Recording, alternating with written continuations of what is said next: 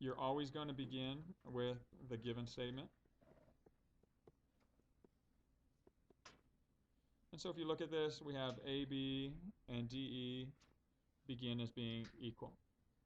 And once you copy down your given statement, the second step in any proof, the way that I would suggest, again to be consistent and systematic, is interpret the given information. So if the given information happened to be a statement that can be interpreted into an equation form, interpret that. In this case, it's not a statement, it's already written as an equation. So you can go to the next step or the next approach, and that is to introduce your end state elements. So AD is not introduced in our proof yet. Is there a way that we can introduce AD?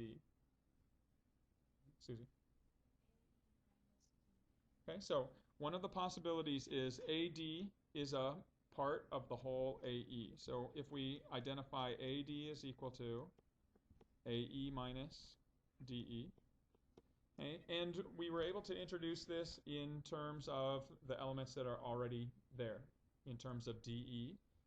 Okay, and even though we subtracted, this is an example of segment addition. Okay, so this allows us to introduce AD. We also want to introduce BE, which can be done in the same step and in a similar fashion.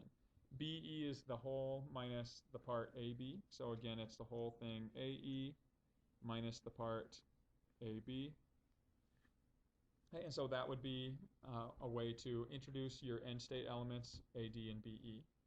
Okay, once we get those entered, what we can then do is work to manipulate the equations that we have into reaching our end state. So eventually we need AD and BE to be equal. There's two different ways to approach this.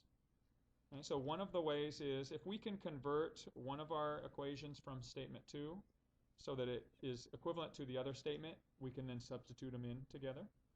So let's look at BE. If we take this second equation, BE is equal to AE minus, what can we replace AB with? What is AB equivalent to? It's equivalent to DE. So we can make that simple substitution, and that's an example of substitution only. It's not a transitive property. Right? You're not setting two things equal to the same thing. You're simply replacing one with another. Okay? And then by doing this, what we're able to do is we're able to create an expression AD minus DE and AE minus DE that occurs two different places with two different things. And so now we can write our final statement because we have two things, BE and AD, that are equal to the same thing, this whole expression, AE minus DE. Therefore, those two things are equal to each other. So AD is equal to BE, and that is an example of transitive property. Okay? Two things equal to the same thing are equal to each other is transitive property. All right, there's another way that you can approach this problem. So that's the end of our proof. However, we could have done this a different way. And the other way that you can approach these is you can create a statement so that these two expressions are set equal to each other. Okay? So if that was the case, we would have to insert an extra step here. Okay? Because in order for us to show that AE minus DE is equal to AE minus AB, we'd first have to introduce AE, which isn't in our proof yet. Okay, so this is a good opportunity to show you how that works. So if I wanted to introduce AE is equal to itself, does anybody recall what justifies something being equal to itself? Tony. This now symmetric allows you to switch the order of them. Reflexive. So this would be an example of the reflexive property.